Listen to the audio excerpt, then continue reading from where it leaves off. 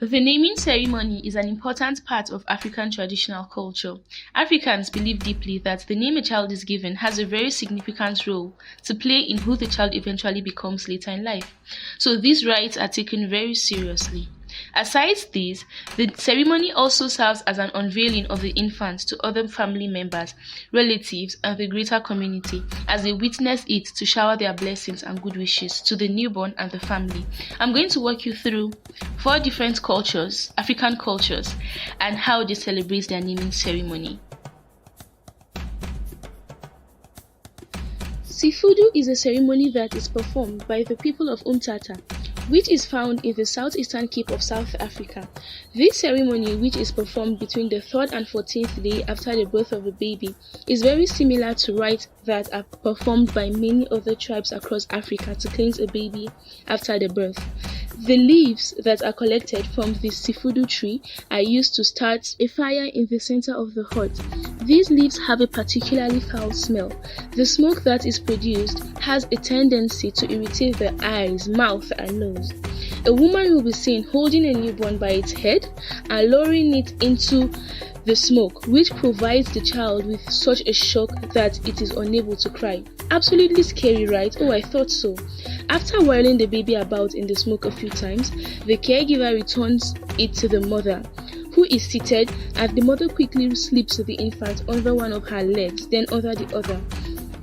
It is widely held that the combination of all of these factors, including the smoke shock, ensures beyond a doubt that the child, when it grows up, will never be afraid nor will it be timid, shy, or easily ridiculed by minors, but will instead grow into an adult who is self-assured, powerful, and courageous.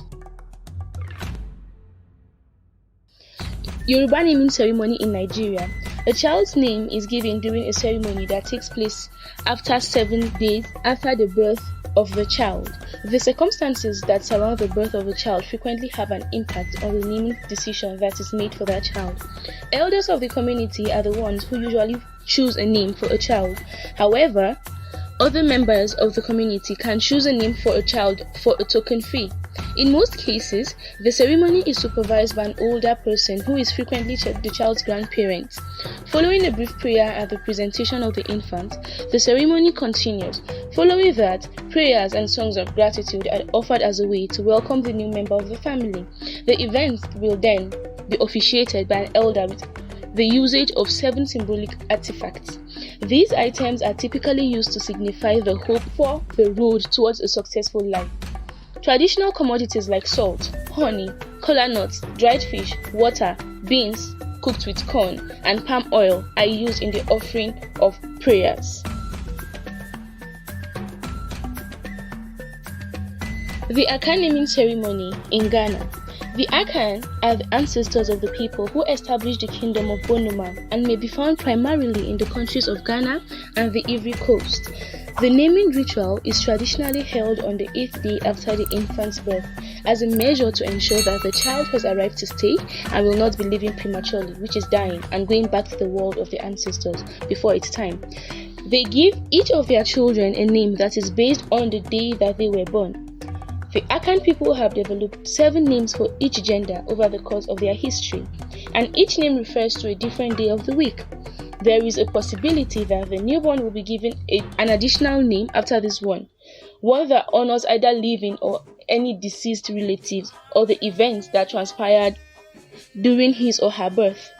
The breaking of dawn is the traditional time for naming ceremonies, since it is considered that the freshness of the dew at this time of the day best exemplifies the purity of a newborn baby. On the day of the ceremony, an older member of the family will choose a name for the newborn infant. The mixture of alcohol and water that is placed on a baby's tongue is meant to represent the distinction between the truth and a lie. It is thought that this will assist the child in speaking the truth in all aspects of his life. The Akamba naming ceremony in Kenya. On the 3rd day after a child is born, the Akamba people of Kenya and parts of what is now Tanzania hold a ritual to give the kid a name. This event is considered very important. Before the naming ceremony, the infant is thought of more as a spirit than as a complete human being. This continues until the event itself. On the third day after a child is born, the parents show gratitude to the ancestral spirits by sacrificing a goat or a bull. This is done to show gratitude for the gift of a child and for the fertility of the parents. A large number of people from the neighborhood will come to celebrate and rejoice with the family, and the women in the neighborhood who have already given birth will get together to give the infant a name. This is referred to as the name of Ingima, which refers to the primary dish that was cooked in preparation for the event. On the fourth day, the child's father will put on an iron necklace around the child's neck. After this, the child will be considered a full human person because he no longer has any connection to the spirit realm. Before that point, the child is considered to be a thing that belongs to the spirit Kimo. During the night that immediately follows the naming of the kid, the parents engage in ritual sexual activity. This acts as a sign that the child has been fully integrated into the community of living humans and has been freed from the influence of the living dead and spirits. On the other hand, if the child passes away before the naming ceremony, the mother is then considered ritually unclean and must undergo purification.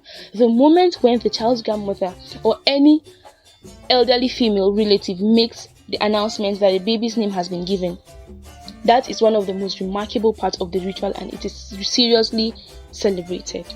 The reflection of who they are or what they are in what they are called, and this is why every parent will ensure that they hold this ceremony for their infants in order to ensure that they play their role in giving the kids a name that will build their personality and character. The question of whether or not this works is entirely up to them. However, these practices are still carried out in some parts of Africa. I hope you learned something from this video. Please give it a thumbs up, share and subscribe to Afronation TV for more Afrocentric updates. Thank you.